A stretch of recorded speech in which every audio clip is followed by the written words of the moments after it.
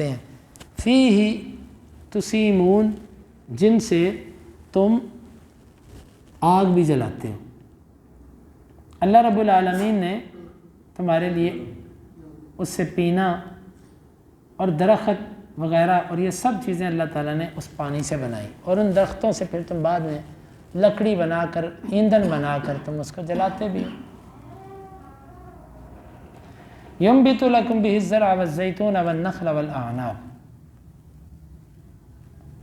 وہ اگاتا تمہارے لیے کھیتیاں اور زیتون، والنخیل اور کھجوریں، والاعناب اور انگور، ومن كل الثمرات اور ہر قسم کے پھلوں میں سے۔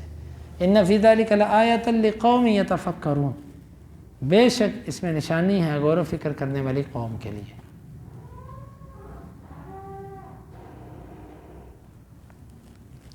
ایک پانی کے ساتھ اللہ کیا کیا اگاتا ہے، کبھی اس پر غور کیا؟ ایک پانی سفید بے رنگ بے ذائقہ، اور جس کو لگتا ہے اس کا رنگ اور ذائقہ بدل جاتا ہے مختلف، اس میں نشانی ہے غور و فکر کرنے والی قوم کے لیے۔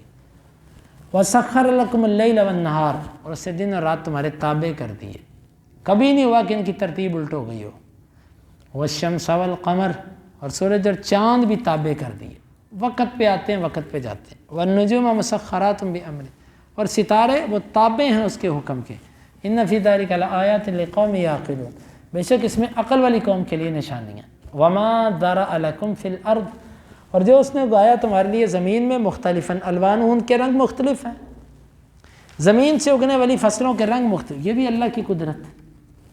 ان فی ذلک لآیۃ لقوم یذکرون، اس رنگ کے مختلف ہونے میں بھی غور و فکر کرنے والی قوم کے لیے نشانی ہے، نصیحت پکڑنے والی، یذکرون نصیحت پکڑنے والی۔ والذی سخر البحر، اللہ وہ ذات ہے جس نے سمندر کو تابع کر دیا۔ سمندر کو اللہ نے تابع کیا، اللہ نے ایسے نہیں کیا کہ سمندر تم پر چڑھ دوڑے۔ اگر اللہ تعالیٰ ایسے کرتا کہ سمندر تمہارے اوپر چڑھا دیتا، یعنی کہ تم اپنے گھروں پہ سوئے ہوتے، تمہاری بستیوں کی طرف سمندر کا پانی آ جاتا، تم کیا کر لیتے؟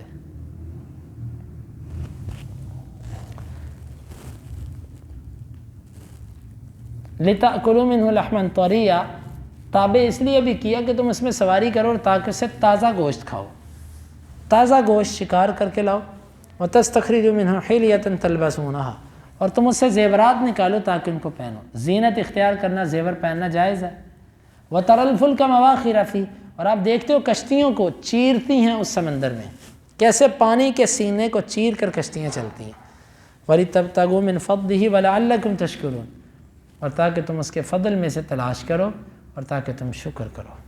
اللہ کا فضل تلاش کرو، یعنی مال، تجارت کرو، ایک جگہ سے دوسری جگہ لے کر جاؤ مال، اللہ کا فضل تلاش کرو، اور اللہ کا فضل اور مال حاصل کرنے کا مقصد کیا؟ لعلکم تشکرون، تاکہ تم شکر کرو، غافلانہ زندگی نہیں بلکہ اللہ کا شکر مقصود ہو۔ وَأَلْقَى فِي الْأَرْضِ رَوَاسِيَ أَن تَمِيدَ بِكُمْ، اور اس نے ڈال دیا زمین میں پہاڑوں کو، ان تمید بکم، یہ کہ وہ ہلیں تمہاری وجہ سے، تمہیں لے کر۔ سوال یہ پیدا ہوتا ہے کہ اللہ تعالیٰ نے پہاڑ اگر گاڑے ہیں زمین کے اندر کہ زمین ہلے نہ، تو پھر زلزلے کیوں آتے ہیں؟ زلزلے آتے ہیں جب اللہ چاہے، اور پہاڑ جو اللہ نے گاڑے وہ اس لیے گاڑے کہ عام طور پر زمین ہلتی نہ رہے۔ ہاں جب اللہ چاہے تو اس وقت اللہ پہاڑوں سمیت بھی اس کو ہلا سکتا ہے، جس طرح کہ انسان کی حفاظت فرشتے کرتے ہیں، لیکن جب اللہ اس کو چوٹ لگوانا چاہتا ہے تو فرشتے سائڈ پہ ہو جاتے ہیں، پھر اس کو چوٹ لگتی ہے، حادثہ ہوتا ہے۔ یوں زمین کے اندر اللہ تعالیٰ نے پہاڑ گاڑے ہیں، اور سب سے زیادہ زلزلے بھی پہاڑی علاقوں میں آتے ہیں۔ یہ اللہ تعالیٰ نے گاڑے اس لیے ہیں کہ وہ خود حرکت نہ کرتے رہے، البتہ جب اللہ ہلانا چاہے پھر جتنے مرضی پہاڑ ہو پھر وہ ہلتی ہے۔ اور بعض نے اس کا یہ معنی کیا ان تمید بکم، کہ وہ کلٹی نہ کھا جائے، مطلب کہ زمین گول گیند ہے نا پانی پر پڑا ہوا، تو گیند ایسے گھومتا رہتا ہے، اللہ نے پہاڑ گاڑ کر اس کی ایک ہی سطح کو اوپر کر دیا، وگرنہ ایسا ہوتا کہ ہم رات کو سوتے اور صبح کو نیچے پہنچے ہوتے پانی کے اندر۔ ان تمید بکم وانہار وسبلا لعلکم تہتدون، اور اس نے نہریں بنائیں، یہ نہروں کا نظام بھی اللہ کی رحمت، وسبلا، اور اس نے رستے بنائے تاکہ تم ہدایت حاصل کرو یہاں پر، یا تاکہ تم اپنی منزل مقصود تک پہنچ۔ یہ رستے اللہ کی نعمت ہے، کبھی اس پر ہم نے غور نہیں کیا، لو جی اسلام آباد جانا ہے فلاں رستہ ہے، اگر رستے ہی اللہ نہ بننے دے تو کیسے تم پہنچو گے ایک جگہ سے دوسری جگہ۔ بنی اسرائیل پر جو اللہ تعالیٰ نے ایک عذاب دیا تھا نا موسیٰ علیہ السلام کی ناقدری کرنے کی وجہ سے، جب موسیٰ علیہ السلام نے کہا چلو اس برسی میں داخل ہو جاؤ، تو انہوں نے آگے سے کہا ہم اس میں نہیں جائیں گے۔ اللہ نے پھر ان کو جو عذاب دیے تھے ان عذابوں میں سے ایک عذاب یہ تھا کہ 40 سال تک میدان تی کے اندر ان کو رستہ نہیں ملتا تھا باہر نکلنے۔ رستے اللہ کی نعمت ہے، اللہ اگر رستوں کو ختم کر دے تو دنیا ایک جگہ سے دوسری جگہ نہیں جا سکے گی، پتہ ہی نہیں چلے گا جانا کدھر ہے۔ تو یہ رستے اور یہ سڑکیں بھی اللہ کی نعمت، ہم نے کبھی اس کو نعمت ہی نہیں سمجھا، اس پر کبھی شکر ہی نہیں ادا کیا، اور اس کی کبھی ہم نے قدر ہی نہیں کی۔ وعلامات، اور یہ ستارے علامت بھی ہیں، یہ علامات بھی ہیں۔ وبالنجم هم يهتدون، اور وہ ستاروں کے ذریعے ہدایت پاتے ہیں، یعنی رستہ جب بھول جاتے ہیں تو ستارے کو دیکھ کر ان کو پتہ چلتا ہے کہ ہم کس سمت میں کھڑے ہیں۔ افمن یخلق کمن لا یخلق افلا تذکرون، کیا پس وہ جو پیدا کرتا ہے اس شخص کی طرح ہو سکتا ہے جو پیدا نہیں کرتا؟ افلا تذکرون، کیا پس تم نصیحت کیوں نہیں پکڑتے؟ دیکھو جی کتنی زبردست اللہ تعالیٰ نے فیصلہ کر دیا، فیصلہ کیا جو پیدا کرتا ہے کمن لا یخلق، وہ اس کی طرح جو پیدا نہیں کرتا۔ یہاں پر ہر قسم کی تشبیہ جو مشرک دیتا ہے وہ باطل ہوگی۔ جی چھت پہ چڑھنے کے لیے سیڑھی کی ضرورت ہوتی ہے، افمن یخلق کمن لا یخلق، اور تم نے اللہ کو چھت جیسا سمجھ لیا۔ چھت تو مخلوق ہے، اللہ تو خالق ہے۔ افمن یخلق کمن لا یخلق، وزیر اعظم سے ملنے کے لیے سیکٹری کی ضرورت ہوتی ہے، افمن یخلق کمن لا یخلق۔ اور جناب اور جتنی وسیلے باطل وسیلوں کی یہ تمثیلیں پیش کرتے ہیں، جتنا یہ کرتے ہیں اللہ تعالیٰ کے لیے نعوذ باللہ شریک ثابت کرنے کے لیے، جتنی تمثیلیں پیش کرتے ہیں، جتنی کہاوتیں بیان کرتے ہیں، افمن یخلق کمن لا یخلق، کیا تم نے خالق اور مخلوق کو ایک سمجھ لیا؟ یہی تمہارے باطل ہونے کی دلیل ہے کہ تم نے خالق کو مخلوق پر قیاس کیا۔ اور یہاں سے یہ بات بھی سمجھ آئی کہ جو لوگ اللہ تعالیٰ کو تشبیہ کی وجہ سے آپ اللہ کی صفات کا انکار کرتے ہیں، نہیں جی نہیں اللہ تعالیٰ کا ہاتھ نہیں ہے، کیوں ہمارا بھی ہاتھ ہے، پھر تو مشابہت ہوگی۔ افمن یخلق کمن لا یخلق، کیا جو پیدا کرتا ہے وہ ویسا ہے جیسا وہ ہے جو پیدا نہیں کرتا؟ نہیں ہو سکتا۔ جب نہیں ہو سکتا تو پھر انکار کیوں کرتے ہو اللہ کی صفات کا؟ اور یہاں سے یہ بات بھی پیدا ہوئی، معلوم ہوئی کہ پیدا کرنے والا صرف ایک اللہ ہے، پیدا صرف ایک اللہ نے کی ہے، اس کے علاوہ کوئی پیدا نہیں کرتا۔ اور معبود وہ ہوتا ہے کہ جو پیدا کرے، جو پیدا نہیں کرتا وہ معبود کیسا، وہ مشکل کشا کیسا، وہ داتا کیسا، وہ غوث کیسا؟ اس کو جو مرضی تم نام دے دو، تمہاری اپنی مرضی ہے نا، جو مرضی نام دے لو۔ چھوٹے چھوٹے بچے کھیل رہے ہوتے ہیں، تو چور میں سپاہی، اب وہ نام رکھنے سے نہ وہ چور بنتا ہے نہ وہ سپاہی بنتا ہے، تمہارے کہنے سے نہ کوئی داتا بنا، نہ کوئی غوث بنا، نہ کوئی مشکل کشا بنا، نہ کوئی خواجہ بنا، نہ کوئی غریب نواز بنا، نہ کوئی کچھ نہ کچھ، تم نے نام ہی رکھے ہیں بچوں کی طرح۔ یہ ناموں سے کچھ بھی نہیں ہے، حقائق وہ ہیں جو قرآن اور حدیث کے اندر بیان ہوئے، تمہارے کہنے سے کیا ہوگا؟ جو مرضی کہہ لو کسی۔ افمن یخلق کمن لا یخلق، اللہ نے ایک اصول بیان کر دیا۔ دنیا کہتی ہے، پھر ایک اعتراض کرتے ہیں جی اللہ تعالیٰ آسمان دنیا پہ آتا ہے؟ ہاں جی آتا ہے۔ اچھا جب اللہ آسمان دنیا پہ آتا ہے تو عرش خالی ہوتا ہے؟ بتاؤ۔ یہ وہ سوالات جو ٹیڑھ دل لوگ کرتے ہیں۔ افمن یخلق کمن لا یخلق، ایک جگہ پہ ہونا دوسری جگہ پہ نہ ہونا، یہ کس کی خاصیت ہے؟ مخلوق کی۔ میں یہاں پر ہوں وہاں پر نہیں ہوں، وہاں پر ہوں یہاں پر نہیں ہوں، یہ مخلوق کا خاصہ ہے۔ خالق کو مخلوق پر قیاس کرتے، افمن یخلق کمن لا یخلق، کیا جو خالق ہے اس کو اس کی طرح سمجھتے جو خالق نہیں ہے؟ کیا تمہاری عقلیں ہیں؟ اللہ کی ذات پر جتنے بھی تم اعتراض اپنی عقل سے کرتے ہو نا، اللہ کی قسم اس کا جواب اس چھوٹے سے جامع ٹکڑے کے اندر موجود ہے. بس تمہارے لیے اتنا کافی ہے اگر تم قرآن سے ہدایت لینے والے ہو. افمن یخلق کمن لا یخلق، کیا پس، اور بلکہ یہ ایک بڑا درد بھرا انداز بھی ہے نا، جس طرح بندہ کہتا ہے یار ہم اتنی قربانیاں دینے والے، ہم ان لوگوں کی طرح ہو گئے جنہوں نے کچھ بھی نہیں کیا، ہمیں اور ان کو تو نے برابر کر دیا. بندہ اپنے دوست سے گلہ کرتا ہے نا. افمن یخلق کمن لا یخلق، اور لوگوں جس نے سب کچھ پیدا کیا اس کو تم نے ویسا بنا دیا جس نے کچھ بھی پیدا نہیں کیا. یہ بڑا ایک درد مندانہ ایک گلہ ہے رب العالمین کا مخلوق سے کہ تم نے ہمیں کیا کر دیا. افلا تذکرون، کیا پس تم نصیحت نہیں پکڑتے. وَإِن تَعُدُّوا نِعْمَتَ اللَّهِ لَا تُحْصُوهَا، اور اگر تم شمار کرو اللہ کی نعمتوں کو تو تم گنو اللہ کی نعمتوں کو، تم ان کو شمار نہیں کر سکتے. اللہ کی نعمتوں کو تم کیا شمار کرو گے. نعمتوں کو گننا بھی اللہ کی نعمت ہے، نعمتوں کو گننا بھی اللہ، اور پھر ان کو یاد رکھنا بھی اللہ. کس کس نعمت پہ شکر ادا کرو گے. شکر ادا کرنا بھی اللہ کی نعمت، نعمتوں پر جو شکر ادا کرتے ہو یہ بھی اللہ کی نعمت. تو شکر کا شکر کیا ادا کرو گے، پھر اس شکر کا کیا شکر ادا کرو گے. لا تحصوها، تم اس کو شمار ہی نہیں کر سکتے اللہ کی نعمتوں کو. ان اللہ لغفور الرحیم، بے شک اللہ تعالیٰ معاف کرنے والا رحم کرنے والا ہے. اس کی نعمتیں نہیں تم شمار کر سکتے. اللہ کی نعمتوں میں سب سے بڑی نعمت اسلام ہے. واللہ یعلم ما تسرون وما تعلنون، اور جو تم چھپاتے ہو اور جو تم ظاہر کرتے ہو اللہ اس کو جانتا ہے. والذین یدعون من دون اللہ لا یخلقون شیئا وهم یخلقون، اور وہ لوگ جو پکارتے ہیں اللہ کے سوا لا یخلقون شیئا، وہ کچھ بھی نہیں پیدا کر سکتے. وهم یخلقون، وہ خود پیدا ہیں. یہاں پر اللہ نے ایک اور اصول بتا دیا.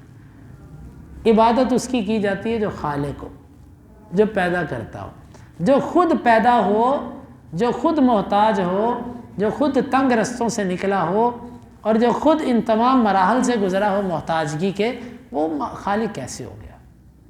کیا تمہاری عقلیں، وہ خالق ہو گیا.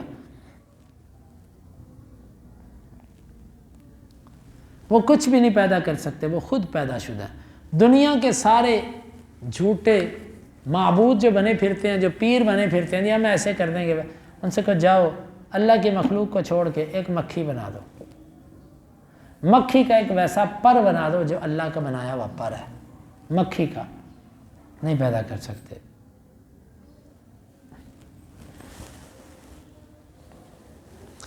اموات غیر احیاء، وہ مردہ ہیں، غیر احیاء، زندہ نہیں ہیں. جن کو بھی اللہ کے سوا پکارتے ہیں اللہ نے ان کو مردہ کہا. یعنی وہ پتھر ہیں، وہ درخت ہے، یا وہ قبریں ہیں، یا وہ کچھ بھی ہیں، وہ مردہ ہیں. غیر احیاء، وہ زندہ نہیں ہیں. وما یشعرون ایان یبعثون، اور ان کو شعور تک نہیں وہ کب اٹھائے جائیں گے. اللہ اکبر، کتنی بڑی بات اللہ تعالیٰ نے کی. وہ تمہارے اپنی قبروں پر آنے کو کیا جانے، ان کو تو اتنا بھی نہیں پتا کہ وہ اٹھائے کب جائیں گے، اٹھیں گے کب. اب یہ کتنی واضح آیت ہے.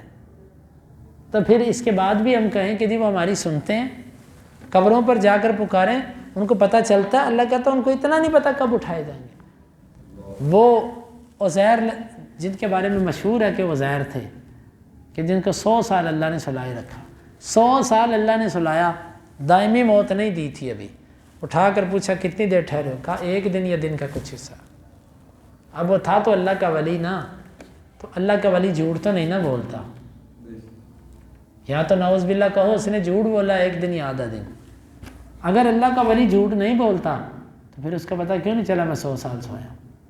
جب اپنے حالت کا بھی نہیں پتا کہ میری حالت کتنی دیر کی ہے، کب سے اس حالت میں ہوں، تو کسی من و مٹی کے نیچے دبنے والا بندہ اوپر کھڑے بندے کی آواز کیسے سن لے گا.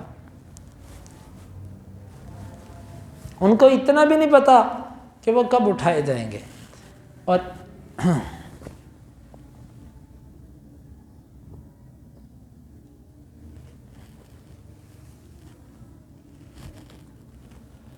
الہکم الہ واحد، تمہارا معبود ایک ہی معبود ہے. فالذین لا یؤمنون بالآخرۃ قلوبہم منکرہ، وہ لوگ جو آخرت پر ایمان نہیں رکھتے ان کے دل جو ہیں وہ اوپرے ہیں، انکار کرنے والے ہیں حق کا. منکرہ، انکار کرتے ہیں، حق کا انکار کرتے ہیں. وہم مستکبرون، اور اس حال میں کہ وہ تکبر کرنے والے ہیں. آخرت پر ایمان نہیں، دلوں کے اندر تکبر آ گیا. لا جرم ان اللہ یعلم ما یسرون وما یعلنون، ضروری ہے اللہ تعالیٰ جانتا ہے جس کو وہ پوشیدہ کرتے ہیں جس کو وہ ظاہر کرتے ہیں. اللہ تعالیٰ جانتا ہے جس کو وہ چھپاتے ہیں اور جس کو وہ ظاہر کرتے ہیں. ایک سوال ہے، ظاہر چیز کو تو ہم بھی جانتے ہیں، اعلانیہ چیز کو تو ہم بھی جانتے ہیں، تو اس میں اللہ تعالیٰ کا نعوذ باللہ کیا کمال ہے؟ اس کا جواب یہ ہے کہ کروڑ بندہ آپ کے سامنے ظاہر کرے اپنے عمل کو، آپ سب کے عمل کو نہ دیکھ سکتے ہو نہ یاد رکھ سکتے ہو. اللہ پوری مخلوق کے بیک وقت ہونے والے ظاہری اعمال کو بھی جانتا ہے.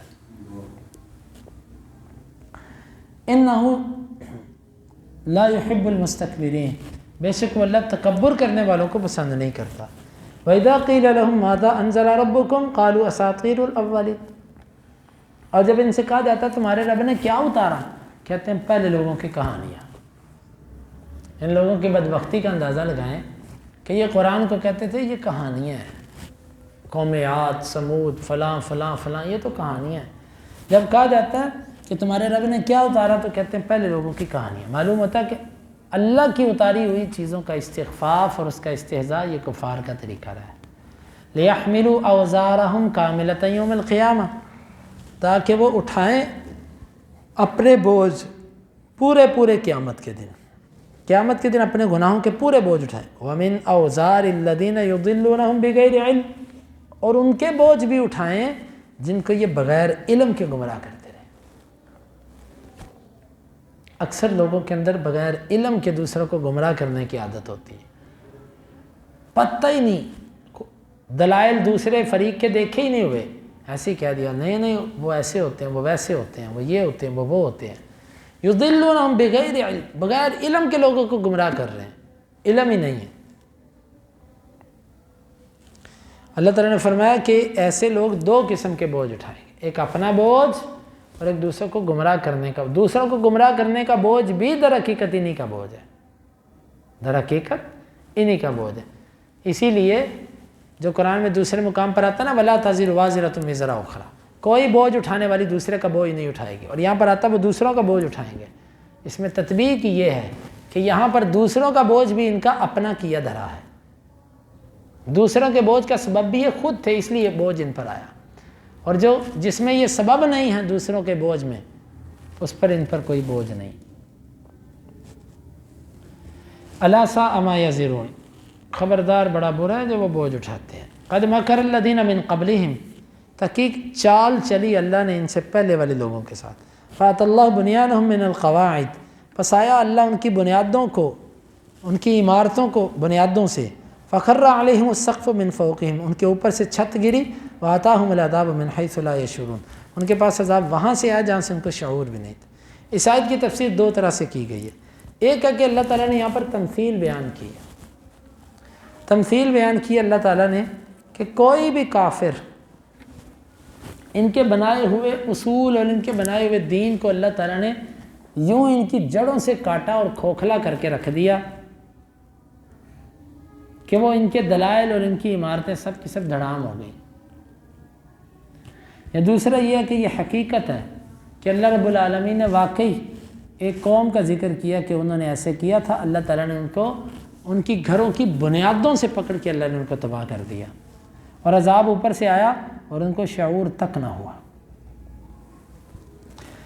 ثم یوم القیامت یخزیہم، پھر وہ قیامت کے دن ان کو رسوا کرے گا. وَيَقُولُ أَيْنَ شُرَكَائِيَ الَّذِينَ كُنْتُمْ تُشَاقُّونَ فِيهِمْ، اللہ تعالیٰ کہے کہ کہاں ہیں وہ شریک جن کے بارے میں تم جھگڑے کیا کرتے تھے.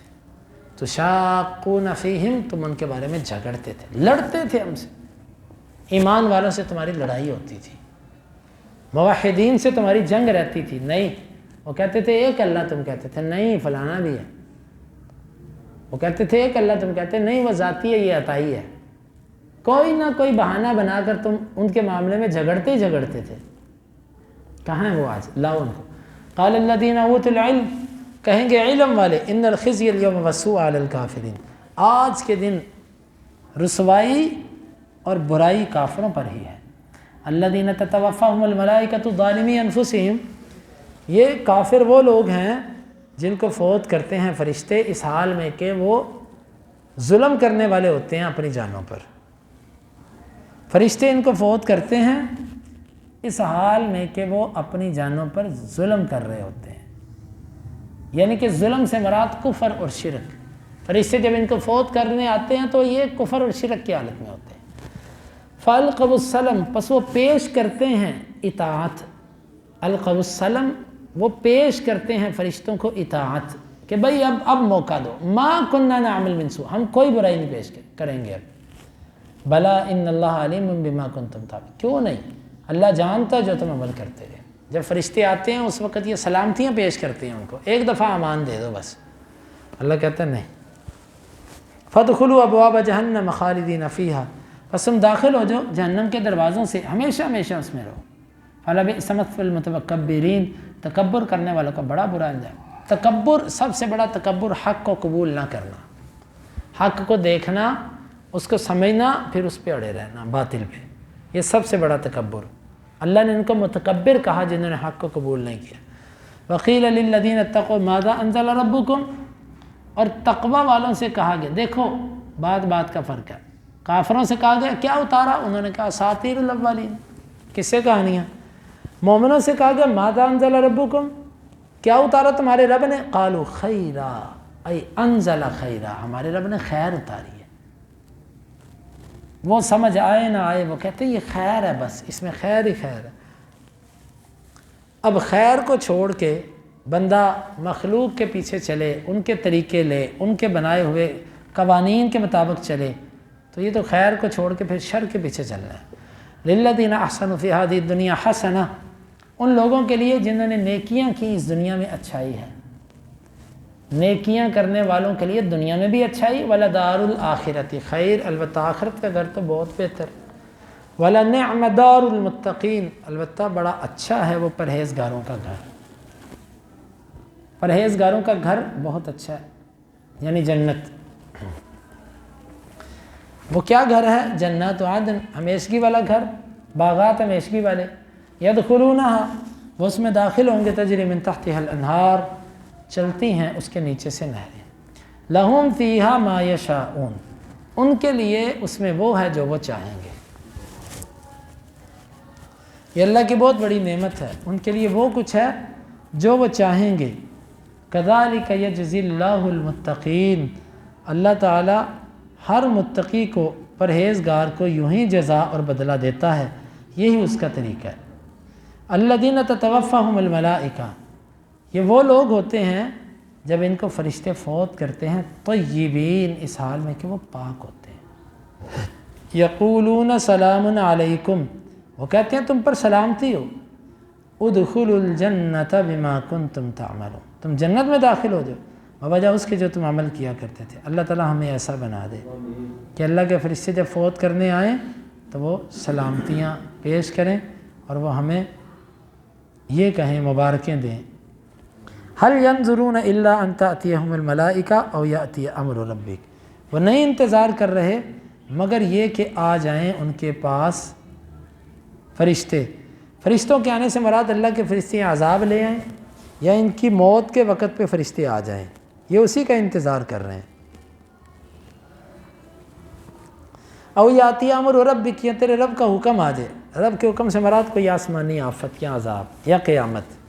کذالک فعل الذین من قبل، اسی طرح انتظار کیا ان لوگوں نے جو ان سے پہلے تھے۔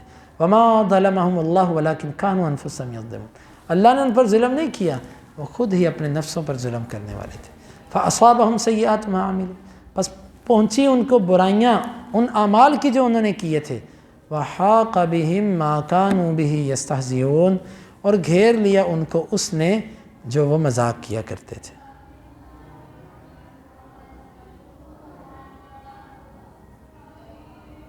اور گھیر لیا ان کو اس مذاق نے جو وہ کیا کرتے تھے۔ وقال الذین اشرکوا لو شاء اللہ ما عبدنا من دونہ من شیء، اور کہا مشرکوں نے اگر اللہ چاہتا تو نہ ہم عبادت کرتے اس کے سوا کچھ بھی، اگر اللہ چاہتا تو ہم اس کے سوا کسی کی عبادت نہ کرتے، من شیء کسی بھی چیز میں سے، نحن ہم، ولا آباؤنا اور نہ ہمارے باپ ایسا کرتے، ولا حرمنا من دونہ من شیء نہ ہم اللہ کے سوا کسی چیز کو حرام کرتے، كذلك فعل الذين من قبلهم ایسے ہی کیا ان لوگوں نے جو ان سے پہلے تھے، فهل على الرسول الا البلاغ المبین، نہیں ہے رسولوں پر مگر واضح پہنچا دینا۔ لیکن مشرکین کا ایک اور چلاکی، انہوں نے اللہ تعالیٰ کی رضا اور اس کی مشیت کو ایک سمجھا۔ اللہ تعالیٰ کی رضا اور ہوتی ہے، اس کی مشیت اور ہوتی ہے۔ اللہ دنیا میں کوئی بھی کام ہے وہ اللہ چاہے تو ہوتا ہے، لیکن جو بھی اللہ چاہتا ہے وہ اس کی رضا ہے نہیں، اور رضا نہیں ہوتی۔ کیوں؟ اللہ نے انسان کو اختیار دیا، بھئی تو جو کرنا چاہے گا تیرے لیے رستہ کھلا ہے، وَهَدَيْنَاهُ النَّجْدَيْنِ دونوں رستے دکھائے، جدھر بھی جانا چاہے گا تیرے لیے رستہ کھلا ہے۔ اب وہ جدھر بھی جاتا ہے اللہ کے چاہنے سے جاتا ہے، لیکن بعض کام اللہ کو پسند نہیں ہوتے، لیکن اللہ نے چھوڑا بندے کو، ٹھیک ہے تو کر اگر تجھے دل کرتا تو۔ انہوں نے کہا کہ اللہ کی مشیت اور اللہ کی رضا ایک چیز ہے، حالانکہ اللہ کی رضا مشیت بھی ہوتی ہے، لیکن اللہ کی ہر مشیت اس کی رضا نہیں ہوتی۔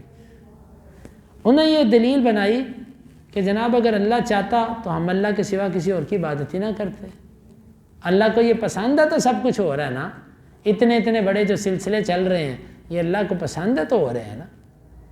بھئی تم سے بڑے سلسلے اور تم سے بڑے معاملات تو کافروں کے چل رہے ہیں، یہودیوں عیسائیوں کے، ہندوؤں کے چل رہے ہیں، تو کیا وہ بھی اللہ کو پسند ہے؟ یہی بات یہ لوگ کہتے ہیں، بھئی تم نماز پڑھو، اچھا جی اللہ چاہے گا تو پڑھ لیں گے، اچھا باقی جو سارے کام تم کرتے ہو اس میں تم اللہ کے چاہنے کا انتظار کرتے ہو؟ اس کا ایک حل یہ بھی ہے کہ اگر بندہ ایسے کو پکڑ کے تھوڑی سی پھینٹی لگائے، پوچھے تو نے مجھے کیوں مارا، اس سے بندہ کہ اللہ نے چاہا، اللہ چاہتا تو میں تجھے نہ مارتا، اللہ نے چاہا اس لیے مارا تجھے۔ اور اگر آگے سے وہ ہاتھ اٹھانے لگے تو اسے کہو نہیں اللہ کے چاہنے پہ راضی رہو، راضی رہو اللہ کے چاہنے۔ بھائی یہ بہانہ ہے، یہ صرف دین سے جان چھڑانے کا ایک جواب ہوتا ہے، جی اللہ چاہتا تو ایسے ہو جاتا، اللہ نے کیوں نہیں چاہا، اللہ نے یہ کیوں ہونے دیا؟ لا یسأل عما یفعل، اللہ جو کرے اسے کوئی مائی کا لال سوال نہیں کر سکتا، تم کون ہوتے پوچھنے والے؟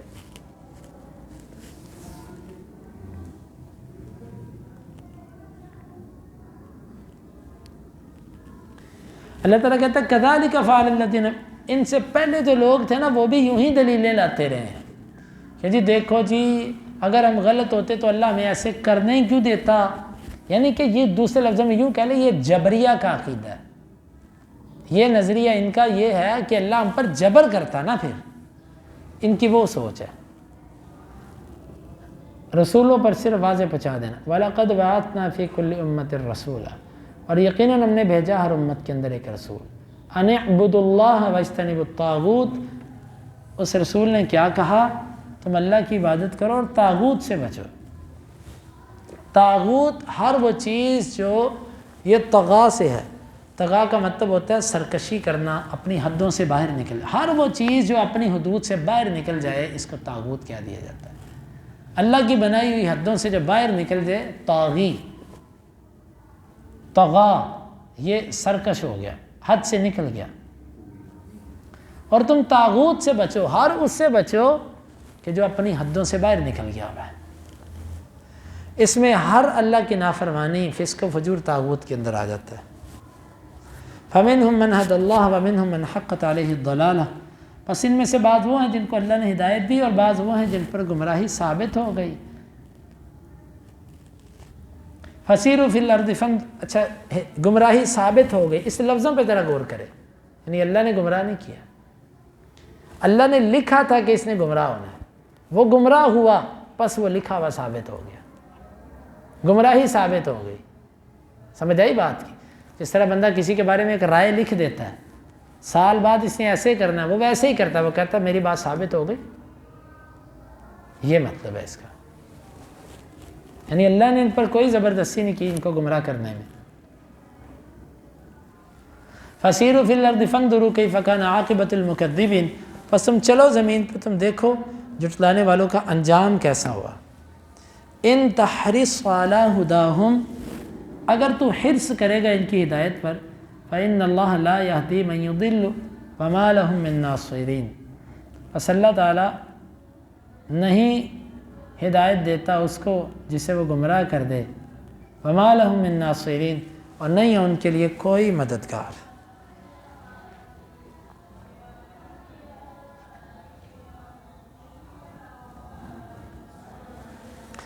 اگر آپ ان کی ہدایت پر حرص کرتے ہیں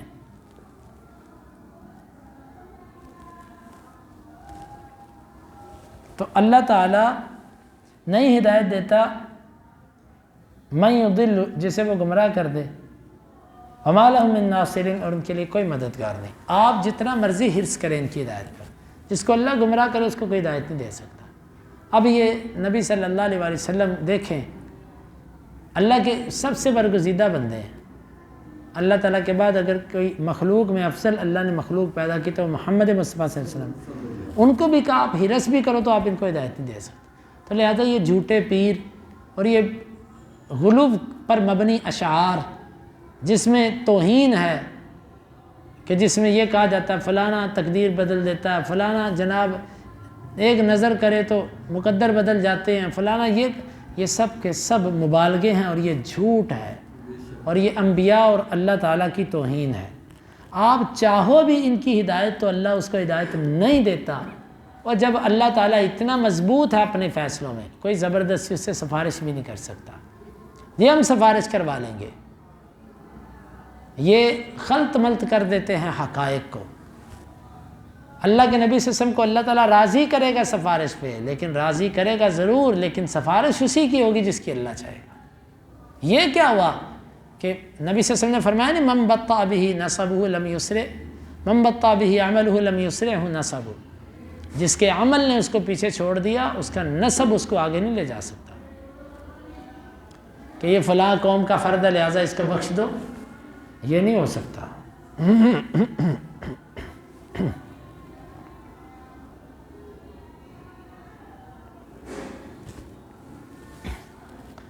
وَأَقْسَمُوا بِاللَّهِ جَهْدَ أَيْمَانِهِمْ، اور انہوں نے قسمیں کھائیں اللہ کی پختہ قسمیں، لا يَبْعَثُ اللَّهُ مَن يَمُوتُ، اللہ مرنے والوں کو اٹھائے گا ہی نہیں، بلا وعدًا علیہ حقا، خبردار کیوں نہیں، وعدہ ہے اس کے اوپر سچا، ولیکن اکثر الناس لا يعلمون، لیکن اکثر لوگ علم نہیں رکھتے اس وعدے کا، لِيُبَيِّنَ لَهُمُ الَّذِي يَخْتَلِفُونَ فِيهِ، تاکہ وہ اللہ واضح کر دے ان کے لیے وہ چیز جس میں وہ اختلاف کر رہے ہیں۔ اللہ تعالیٰ ان کے لیے اس اختلافی امر کو کھول دینا چاہتا ہے، وَلِيَعْلَمَ الَّذِينَ كَفَرُوا أَنَّهُمْ كَانُوا كَاذِبِينَ، تاکہ اللہ جان لے وہ لوگ جنہوں نے کفر کیا وہ جھوٹے تھے۔ اللہ تعالیٰ نے مرنے کے بعد اس لیے اٹھانا ہے کہ کافروں کو پتہ چل جائے وہ دنیا میں جھوٹے تھے۔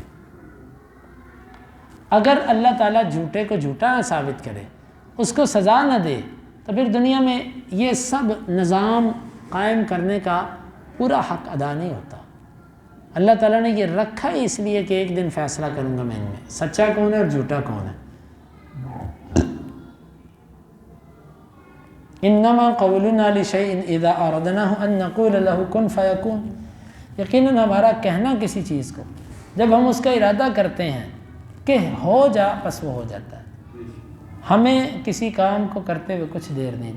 دیکھو جو رب کن کہے اور کام ہو جائے، اس کو سفارشیوں کی ضرورت ہے، وسیلوں کی ضرورت ہے، اس کو اپنے معاون بنانے کی ضرورت ہے، اس پر کوئی چیز بوجھ آتی ہے۔ دنیا میں تو یہ ہوتا ہے جی اس علاقے میں ذرا ٹرانسفارمر جو ہے نا اس کا کیپیسٹی جتنی تھی وہ فل ہو چکی ہے کہ نیا ٹرانسفارمر لگاؤ۔ نعوذ باللہ اللہ تعالیٰ کے ساتھ تو ایسا معاملہ نہیں ہے۔ تم نے تو جگہ جگہ نئے ٹرانسفارم لگائے ہوئے ہیں، یہ لاہور کا ٹرانسفارم ہے، یہ اس علاقے کا، یہ اس علاقے کا، یہ ادھر بجلی پرووائڈ کر رہا ہے، یہ ادھر کر رہا ہے، یہ ادھر کر رہا ہے، یہ تمہارے اپنے لگے ہوئے ہیں جن کی کوئی قانونی حیثیت نہیں ہے۔ اللہ رب العالمین کیا ان کی کوئی حیثیت نہیں، اس نے تو کن کہنا اور کام ہو جانا ہے۔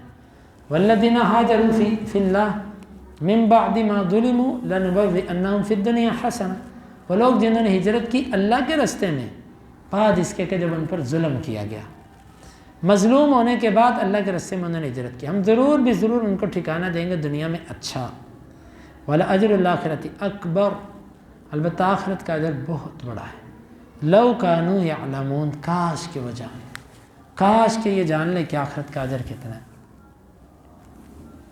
الذین صبروا علی ربہم یتوکلون، وہ لوگ جنہوں نے صبر کیا وہ اپنے رب پر بھروسہ کرتے ہیں۔ صبر اور توکل دونوں ملتے جلتے ہیں، جس بندے میں صبر ہو اس میں توکل ضرور ہوتا ہے، اور جس کا توکل کا دعویٰ ہو اس میں صبر ضرور ہونا چاہیے، دونوں اکٹھے ہوتے ہیں، ایک دوسرے سے جدا نہیں ہوتا۔ وما ارسلنا من قبلک الا رجالا نوحی الیہم، اور نہیں ہم نے بھیجا آپ سے پہلے مگر مردوں ہی کو ہم ان کی طرف وحی کرتے تھے۔ فاسألوا اہل الذکر ان کنتم لا تعلمون، تم اہل ذکر سے پوچھ لو اگر تم علم نہیں رکھتے۔ مشرکین نے کہا کہ جی یہ بشر رسول کیسے ہو گیا، بندہ رسول کیسے ہو گیا؟ اللہ تعالیٰ نے فرمایا کہ ہم نے اس سے پہلے بھی بندے ہی رسول بنا کر بھیجے تھے، جاؤ اہل کتاب سے پوچھو۔ اہل ذکر سے مراد یہودی اور عیسائی، ان سے پوچھو کہ جو تمہارے رسول آئے تھے، جن رسولوں کا تمہاری کتابوں میں ذکر ہے، وہ بندے تھے کہ نہیں تھے؟ تھے۔ تو پھر تم کیسے کہتے ہو کہ کس طرح تم کہتے ہو کہ بندے جو ہیں بشر جو ہے وہ رسول نہیں ہو سکتا؟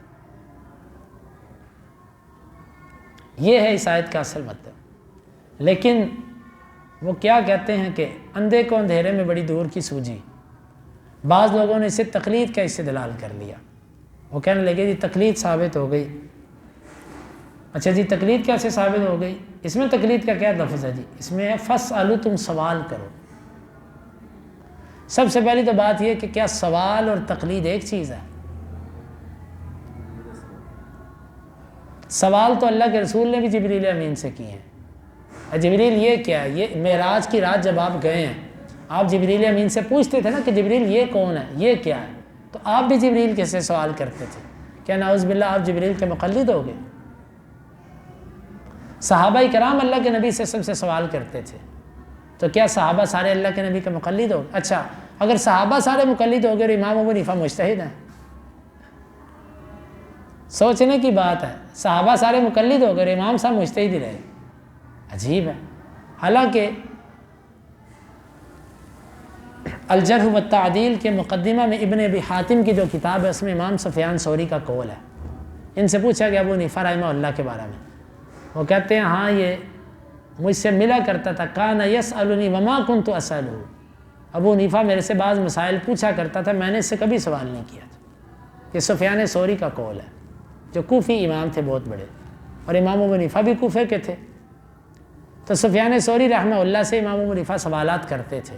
تو اب آپ کہہ سکتے ہیں کہ ابو حنیفہ رحمہ اللہ سفیان ثوری کے مقلد ہو گئے، یہ تو تاریخ میں لکھا ہوا ہے۔ سوال کرنا تقلید ہے، اللہ سے ڈرو۔ سوال کرنا فرض ہے، فرض، تقلید فرض ہے۔ سوال کا منکر کافر ہے، جو کہتا ہے علم ہونے کے باوجود بھی سوال نہ کرو، وہ کافر ہے، قرآن کی آیت کا انکار کر رہا ہے۔ تو کیا تقلید کا منکر کافر ہے؟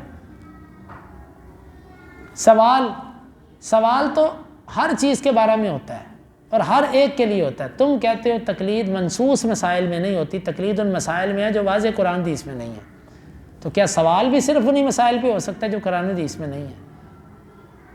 عجیب اتفاق ہے۔ تم کہتے ہو عقیدے میں تقلید نہیں ہوتی، کیا عقیدے میں سوال نہیں ہوتا؟ سوال اصل میں ان لوگوں کے پاس حقیقت ہی ہے کہ دلیل کوئی نہیں ہے اس پر، صرف خلط مبحث، دھوکہ، وہی جو رسیوں کو سام بنانے والا کام تھا نا، کہ رسیوں کو سام بنایا اور لوگوں نے سمجھا شاید یہ سام بن گئی، تو موسیٰ کی لاٹھی آئی اور سب کو نکل گئی۔ یہ صرف عوام الناس کو دھوکہ دیتے ہیں، جیسے کسی متبع سنت عالم کے سامنے جاتے ہیں تو انشاءاللہ وہ لاٹھی پھینکتے ہیں، ان کے سب دلائل نکل جاتی ہے۔ اب یہ سوال ہے، وہ تقلید ہے، دونوں میں زمین اور آسمان کا فرق ہے۔ تم کہتے ہو سوال، تقلید صرف عامی کے لیے ہے، مجتہد کے لیے تقلید نہیں ہوتی، تو سوال تو ہر ایک کے لیے ہے، سوال تو عام ہے۔ تو سوال اور تقلید دو الگ الگ چیزیں۔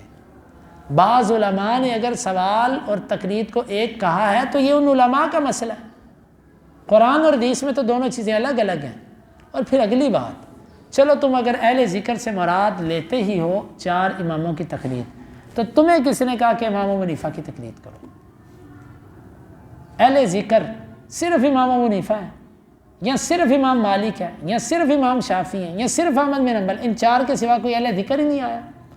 شافعی صرف امام شافعی کو پکڑ لیتے ہیں، حنفی ابو حنیفہ کو، مالکی مالک کو، حنبلی احمد بن حنبل کو رحمہم اللہ اجمعین، ان کو پکڑتے ہیں۔ کیا ان کے سوا کوئی اہل ذکر ہے ہی نہیں امت کے اندر؟ اچھا تم حنفی کیسے بنے اور تم مالکی کیسے بنے؟ تم شافعی کیوں بنے؟ آخر تم نے امام ابو حنیفہ کا انتخاب کیوں کیا؟ کسی ایک پر میں مثال دیتا ہوں تاکہ آپ کا ذہن کھل جائے۔ سوال یہ ہے کہ آپ نے امام ابو حنیفہ کی تقلید کیوں شروع کی؟ آگے سے ایک نے جواب دیا اس لیے کہ ان کا علم قرآن و حدیث میں سب سے زیادہ ہے۔ بھئی تمہیں کس نے بتایا کہ ان کا علم سب سے زیادہ ہے؟ تم تو عامی ہو۔ اگر تم کہو جی میں نے تجربہ کیا تو اس کا مطلب ہے تم تو 4 سے بڑے ہو گئے۔ 4 بچوں کا پیپر وہی چیک کرتا ہے جو ان سے بھی بڑا ہو۔ تم نے 4 اماموں کو چیک کر کے ایک امام کو فرسٹ کر دیا، تم تو 4 سے زیادہ علم رکھتے ہو، تمہیں تقلید کی کیا ضرورت ہے؟ اگر تم کہو کہ جناب نہیں فلاں صاحب نے کہا، اس کا مطلب ہے تم امام ابو حنیفہ کے نہیں، تم فلاں کے مقلد ہو۔ حقیقت میں تم نے اس کی بات مانی ہے، اگر وہ کسی اور کا نام لے لیتا تم اس کے پیچھے چل پڑتے۔ اگر تم یہ کہو نہیں جی میں امام صاحب کی تقلید اس لیے کرتا ہوں کہ امام صاحب ان میں عمر میں سب سے بڑے ہیں، تو جواب یہ ہے کہ کیا اسلام کے اندر امام ابو حنیفہ سے بڑا کوئی نہیں ہے؟ صحابہ کرام تابعین اور تبع تابعین کیا وہ بڑے نہیں تھے ان سے؟ عمر میں ان سے بڑا کوئی نہیں تھا۔ اگر تم یہ کہو کہ نہیں جی اصل میں بڑوں کی ہم اس لیے نہیں مانتے کہ امام صاحب نے پہلے جتنے لوگ گزرے تھے ان سب کے علم کو بھی جمع کر لیا اور اپنے علم کو بھی جمع کر لیا، ہم پھر کہیں گے پھر تو تم امام صاحب کے شاگردوں پر آؤ جنہوں نے امام صاحب کا علم بھی لے لیا اور اپنا بھی لے لیا۔ پھر کرتے کراتے بات اس دور پہ آ جائے گی کہ جس نے پچھلی 14 صدیوں کا علم بھی لے لیا اور آج کا بھی لے لیا، پھر تو تم آج کوئی نیا امام ڈھونڈو۔ اور اگر تم یہ کہو کہ نہیں جی اصل بات یہ ہے کہ امام صاحب جو تھے نا ان کے اندر تقویٰ بڑا تھا اس لیے ہم ان کی تقلید کرتے ہیں، بات پھر وہی، کیا امام صاحب سے بڑا متقی کوئی نہیں گزرا؟ او بھائی تم سے صرف اتنا سوال ہے، تم نے امام ابو حنیفہ کا انتخاب تم نے کیسے کیا؟ وجہ ترجیح بتاؤ۔ تم نے شافعی کو چھوڑا، مالک کو چھوڑا، احمد بن حنبل، ایک ابو حنیفہ کو تم نے کیسے پکڑ لیا؟ وجہ بتاؤ کیوں انتخاب کیا تم؟ اس کا جواب کسی کے پاس نہیں۔ اگر تم کہو ہاں اس کا جواب صرف یہ ہے کہ میں حنفی کے گھر پیدا ہوا اس لیے حنفی ہوں، یہی وجہ ہے اور کوئی وجہ نہیں، یہ اس کا جواب ہوگا، حقیقی جواب اس کا۔